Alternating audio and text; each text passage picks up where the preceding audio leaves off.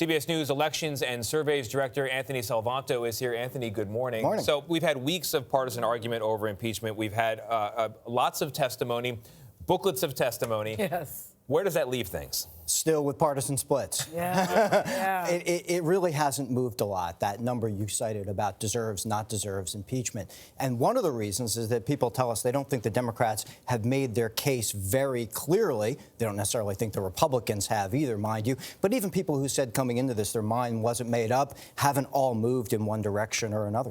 So what are they saying about the next step in the impeachment process? So next steps, more splits. You've got 42% who say that they'd like to see the president removed, but just as many, equally as many, say either not to convict or don't hold a trial at all. And one thing to point out is that those numbers on removal are always a little bit smaller than support for the impeachment process, because not everybody thinks that even if it's impeachable, it deserves removal. Really interesting. I want to look at, sorry, what were you going to say? Well, I was going to say only 27% of people think Democrats made their case clearly. Only 21% of people think Republicans made their case clearly. So basically, the majority of Americans don't know what's going on. Yeah. They don't think it's been done well. Yeah. On the campaign trail, they're not talking about it. Voters aren't asking about it, are they? No, in fact, Democrats say they'd rather have their candidates talking about how to beat Donald Trump than impeach and remove him. Well, interesting in the CBS News Battleground Tracker poll, the new one, that among the 5 candidates, there's a surprising newcomer here in.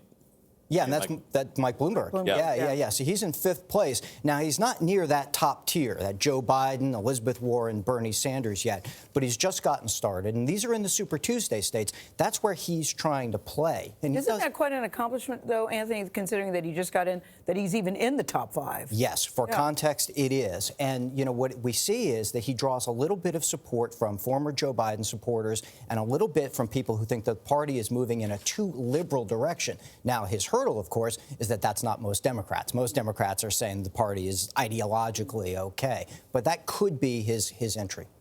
How are Democrats feeling about the diversity of their field, which began very diverse, has gotten less so? Right. So, you know, this is a lot about what people think other people will think, in the sense of, right? Yeah. Yes. In the sense of Democrats are trying to pick a nominee that they think can beat Donald Trump. Well, how do you do that? A lot of Democrats feel that if they nominate a woman or if they nominate someone of color, that it will actually make their chances harder. Again, this isn't what they want. It's what they think swing voters want, which kind of tells you about how people look across the divide. So how are they feeling about the primary race so far in general? Nervous. Yeah. Nervous. You know, they're only somewhat confident that they can pick somebody who can beat Donald Trump, and they're more nervous than they are optimistic. Now, political campaigns can be uncertain, but they also tell you, well, they see a lot of infighting between the candidates, and that's not helpful. I think it's interesting what you said. They're trying to think what other people are thinking as they make their decision. How do you deal with that? And only 22% of them are excited about their options. And is that because they mostly just want a winner, right? They want a winner. Look, political consultants have a hard time doing it. Yeah. You know, maybe the public will do it better than they will. All right. But, you know. All right, Anthony, thank you.